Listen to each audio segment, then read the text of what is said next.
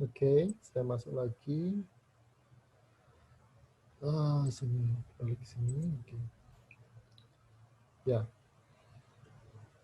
ya, kita masuk sesi 40 menit yang kedua ya. Oke, kelihatan ya share saya? Udah muncul lagi share screen-nya? Teman-teman, kelihatan ya? Udah, Pak. Ya, kalau ada sesuatu silakan ditanyakan gitu ya. Nah, data dictionary atau kamus data ini berisikan informasi tentang nama, ya, nama fieldnya apa, misalnya G karyawan, tipe datanya apa, ya, tipe data misalnya integer, integer itu bilangan bulat gitu ya, integer itu bilangan bulat, jadi uh, tidak memungkinkan ada koma, misalnya NRP mahasiswa kan pasti dia integer bilangan bulat, ya. Kemudian kadang di bahasa pemrograman tertentu tipe data angka itu juga kita wujudkan dalam bentuk batas memorinya gitu ya. Jadi maksimum berapa digit dia bisa diinput ya. Misalnya kalau NRP mahasiswa ya berapa digit, dia kalau lebih dari digit itu ya dia akan error karena di programming tipe datanya ya dia cuma dibatasi pada sampai misalnya 10 digit, kita masukkan 20 digit ya dia error.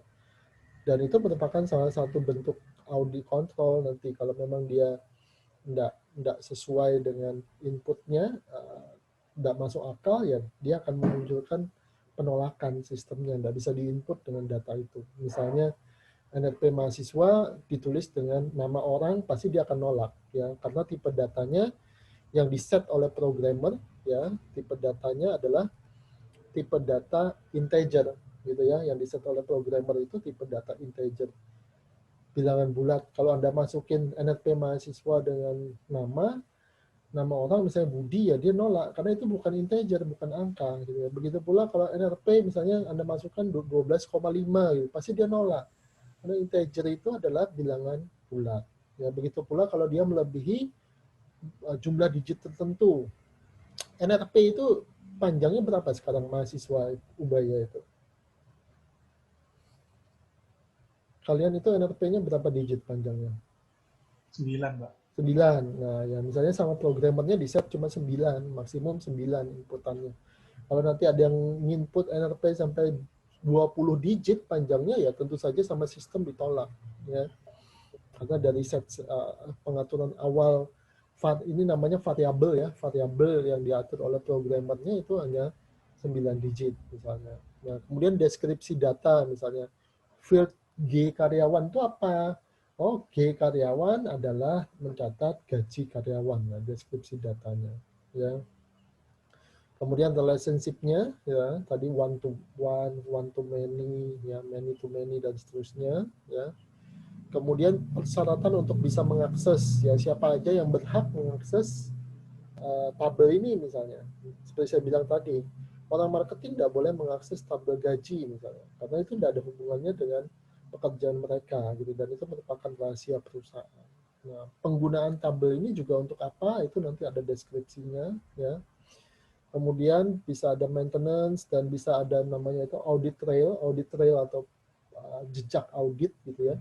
Jadi kalau database itu nilai-nilainya diubah oleh seseorang itu akan ketahuan siapa yang mengubah, dia loginnya kapan, menggunakan password siapa, otorisasinya apa, perubahannya dari angka apa ke angka apa, value apa ke value apa, itu bisa ditrace. Nah, sehingga memastikan kalau ada sesuatu penyimpangan itu bisa dilacak gitu ya.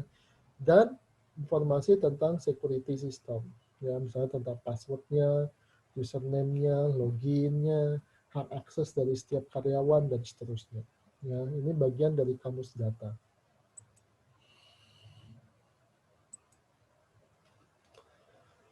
Nah, kemudian data itu perlu direncanakan sehingga nanti dia akan masuk ke dalam tabel-tabel dan Anda lihat tadi di awal kuliah, di awal slide ya, tabel itu lebih dari satu ya. Nah, ini kebetulan di contoh ini tabelnya cuma 2. Tapi kalau Anda tahu sistem perusahaan yang sebenarnya, tabel-tabel yang ada dimiliki oleh perusahaan itu bisa sangat banyak sekali.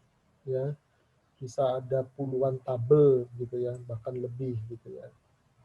Nah, di situ dia cuma 2. Nah, tentu tabel-tabel itu apa saja struktur dan isinya dia harus direncanakan kan, didesain. Maka database itu kemudian dikembangkan dengan proses yang sifatnya top down, ya, dari atas ke bawah, yaitu dari mulai apa? Mengembangkan model enterprise-nya dulu. Jadi model bisnis perusahaannya apa, kebutuhan sistemnya apa, gitu ya. Bagaimana kita akan membuat sistemnya, baru kita menurunkan tabel-tabelnya secara detail dari informasi enterprise modelnya itu. Ya. Kemudian juga mendefinisikan kebutuhan informasi dari end user-nya. Gitu. End user-nya ini apa kebutuhannya. Nah, baru kita buatkan tabel-tabelnya. Dan nanti tentu saja kita mengidentifikasi elemen-elemen kunci di dalam elemen-elemen datanya itu apa. Ya, misalnya tadi harus ada yang bisa menjadi primary key atau paling tidak ada secondary key-nya gitu ya. Satu angka unik yang bisa membedakan satu record dengan record yang lain di dalam satu tabel, dan nanti satu tabel itu bisa dikoneksikan dengan tabel yang lain dengan dalam satu relationship seperti contoh pada tabel database relational tersebut dengan menggunakan uh, primary key yang tadi ya, atau secondary key untuk menghubungkan satu tabel dengan tabel yang lain. Ada pertanyaan dulu?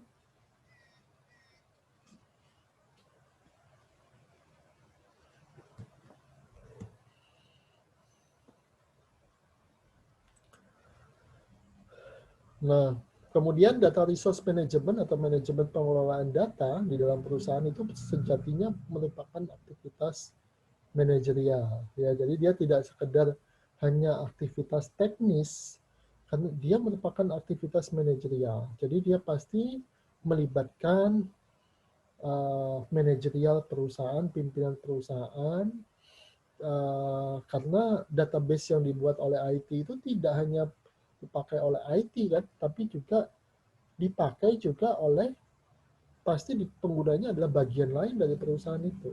Ya, dan dia kalau ya database yang sekarang kan dia saling integrated ya, yang enterprise wide tadi itu ya, dia saling terintegrasi satu sama lain, baik di dalam beberapa departemen integrasinya maupun antar perusahaan yang berada dalam satu holding atau dalam satu grup perusahaan, dia bisa saling terintegrasi. Yang saya tahu itu misalnya sistemnya semen Gresik sekarang jadi semen Indonesia dengan semen Tonasa dan semen Padang itu sistemnya sudah integrated. Ya, Anda melakukan purchasing dari semen Padang misalnya, data purchasing Anda itu akan masuk ke kantor pusat di semen Indonesia. Melalui sistem dia masuknya, melalui sistem. Ya, nah itu sudah integrated. Ya, sehingga dia merupakan aktivitas manajerial, bukan sekedar aktivitas teknik di bidang informatika, bukan, karena dia akan mempengaruhi apa, proses bisnis dan aktivitas bisnis secara keseluruhan kan, sistem itu ya, dia akan affecting bagaimana proses bisnis di perusahaan itu berjalan. Nah, sehingga kemudian dia menggunakan manajemen data, ya, kemudian ada data warehouse. Data warehouse ini gudang data ya, dia gudang data atau data warehouse ini dia akan mengambil menjadi tempat ekstraksi dan loading data dari internal maupun eksternal perusahaan, dari dalam perusahaan maupun data dari luar perusahaan, dari lingkungan bisnis perusahaan, data kompetitor, data pesaing, data dari organisasi atau asosiasi industri dan sebagainya, dia bisa masuk ke dalam data warehouse, gudang datanya yang besar.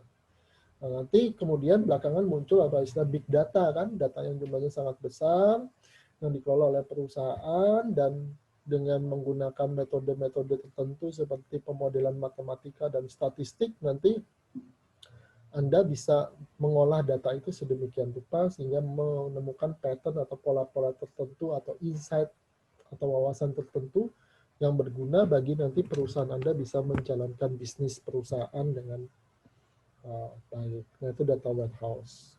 Ya.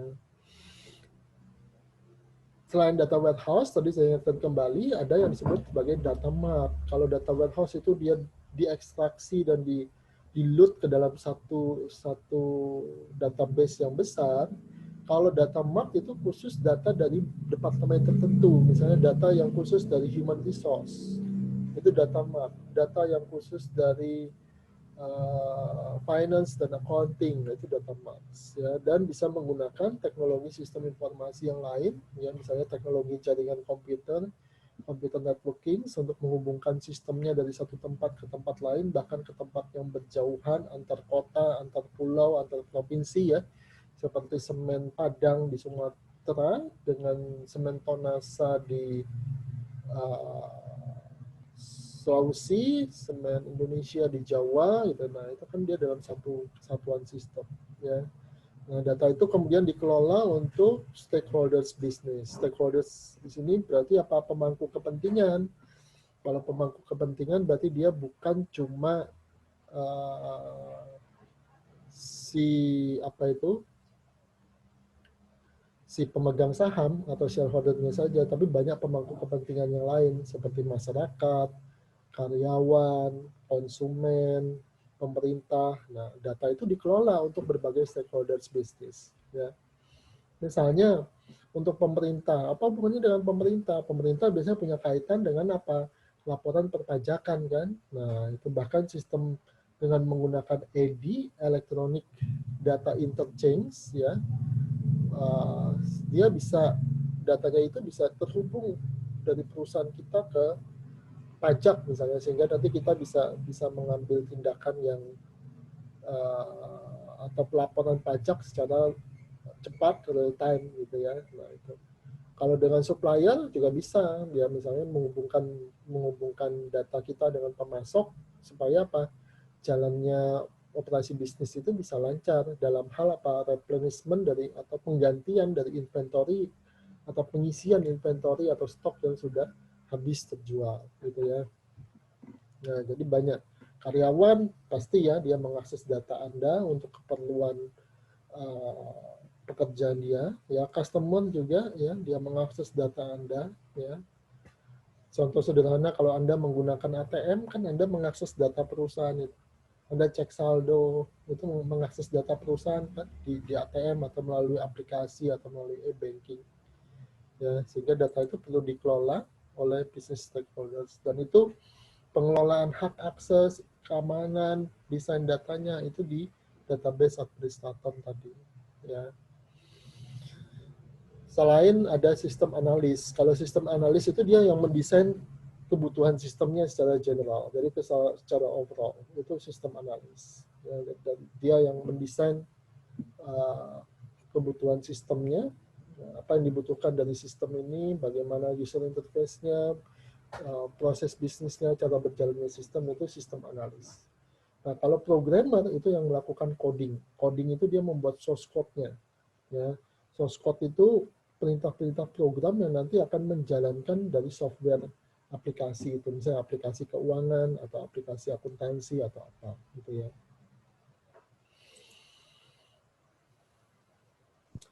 Nah, kemudian database ini juga bekerja dengan salah satunya logika Boolean, ya, dikembangkan oleh George Boole itu pertengahan 1800, dipakai untuk melakukan pencarian gitu ya. Nah, operator logikanya adalah and, or, and not gitu.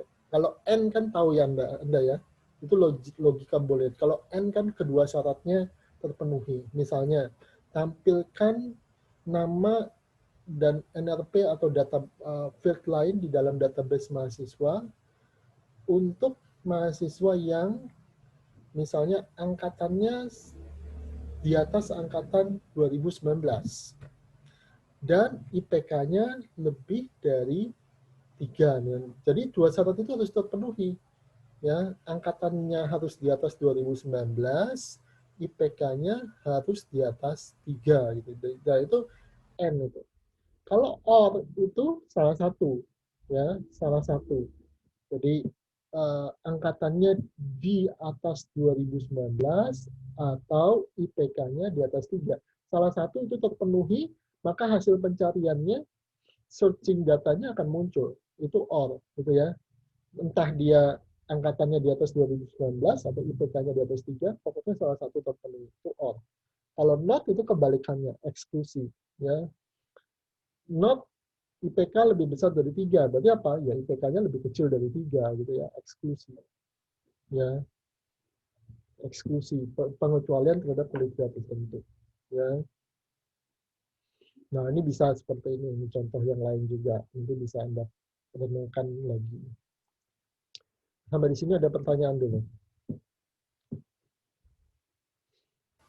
Nah, data itu dikatakan dia ada maintenance-nya, ya, dan bagian-bagian yang dia maintenance data itu biasanya adalah salah satunya adalah TPS, gitu ya, Transaction Processing System. Transaction Processing System ini bagian dari sistem informasi yang khusus melakukan pemrosesan transaksi informasi. Misalnya, kalau Anda pergi ke minimarket, di kasirnya itu pasti ada sistem. Itu kalau di dalam istilah sistem informasi manajemen namanya adalah POS, point of sales. Ya, point of sales, jadi dia akan melakukan transaksi. Kalau Anda belanja di situ kan dia akan melakukan transaksi atas pembelanjaan tersebut. Ya, itu point of sales-nya. Nah, point of sales ini termasuk pada transaction processing system. Ya, kalau di Anda belanja, kemudian di situ ada mesin edisi, mesin gesek untuk kartu kredit atau kartu debit, itu juga termasuk point of sales dan termasuk dalam TPS, transaction processing system. Ya, kalau sekarang kan bisa juga apa itu melalui QR code, ya, melalui kode baca standar itu ya. Nah, itu transaksi masuk dalam transaction processing system. Ya.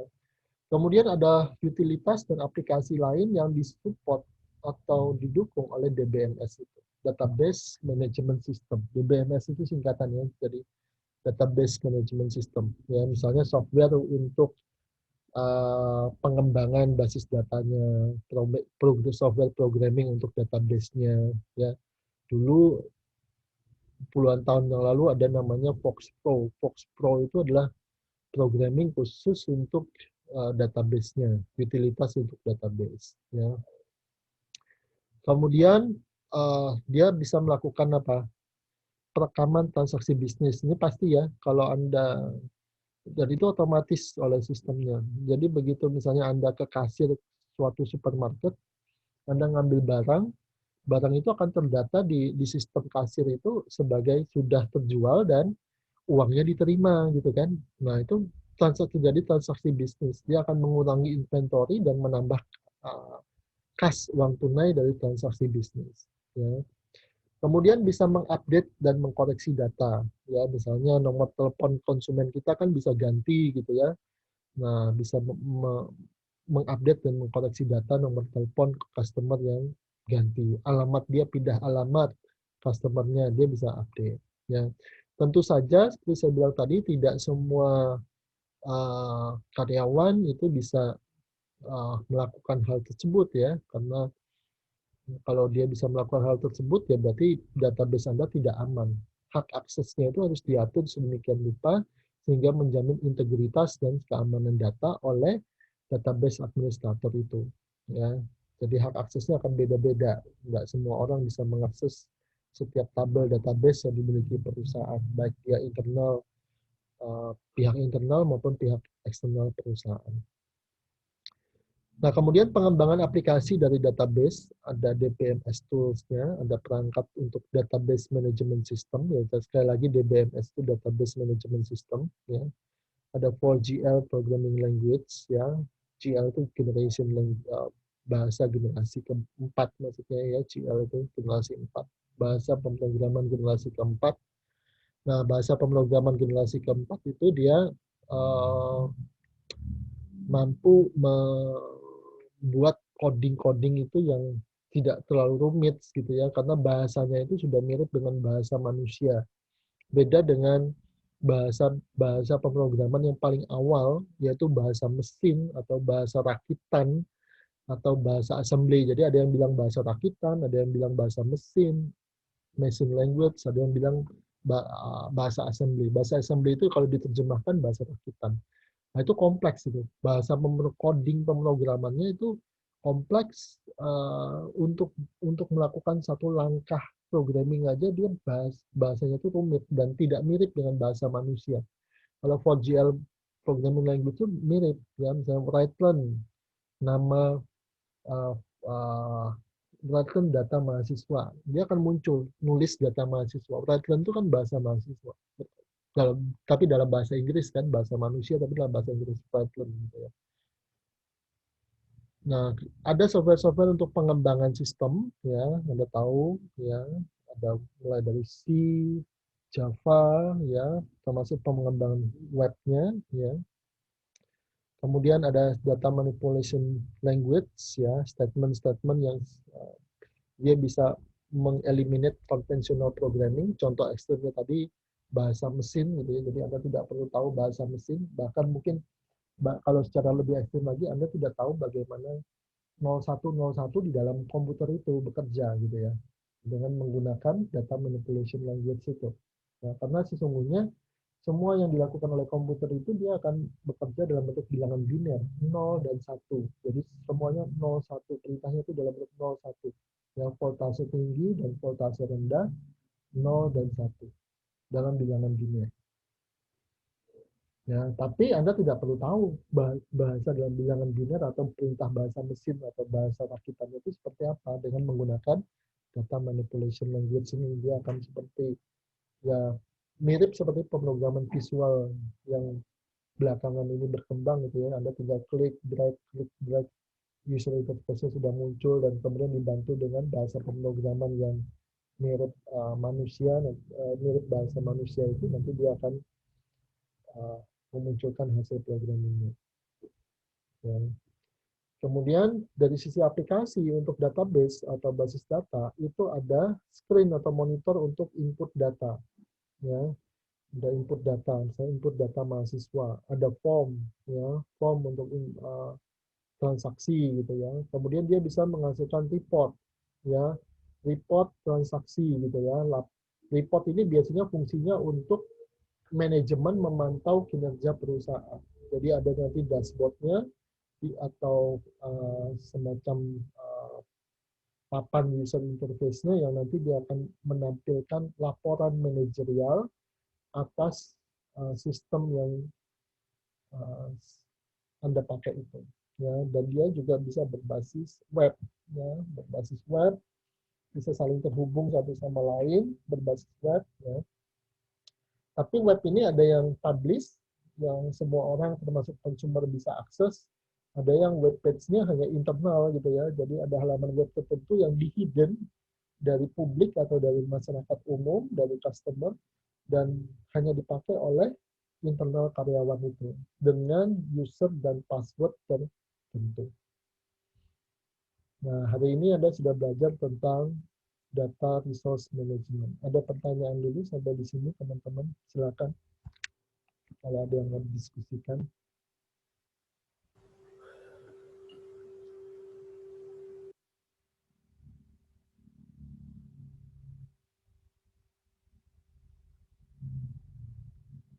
Silakan, Patricia atau yang lain di kelasnya ada pertanyaan? Saya enggak, Pak. Oke, bisa dipahami berarti ya. Kalau belum paham silakan.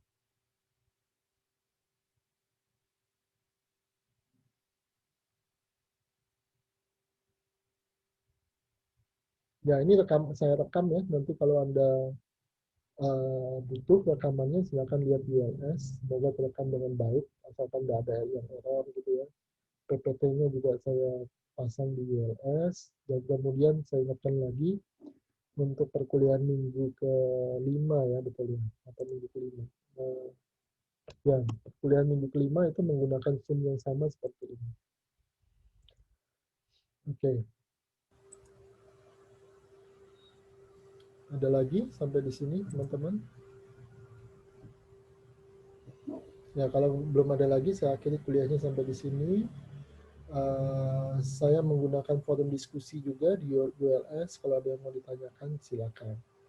Mungkin kalau malu bertanya secara online, bisa secara lisan bisa menggunakan forum diskusi di ULS, secara online tapi menggunakan texting atau chatting. Ada lagi? Ya kalau tidak ada, saya akhiri. Selamat siang semuanya. Jaga kesehatan. Ingat pandemi belum berakhir dan kondisinya masih cukup buruk ya. Jaga kesehatan, jangan sampai Anda sebisa mungkin jangan sampai Anda terkena COVID atau bahaya yang lain. Thank you, selamat siang. Terima kasih, Pak. Terima kasih, Pak. Ya, Terima kasih, thank you. Pak. Oke. Terima kasih, Pak. Terima kasih, Pak. Terima kasih, ya, terima kasih. Terima kasih, Pak. Oke. Terima kasih, Pak. Ya, thank you. Bye.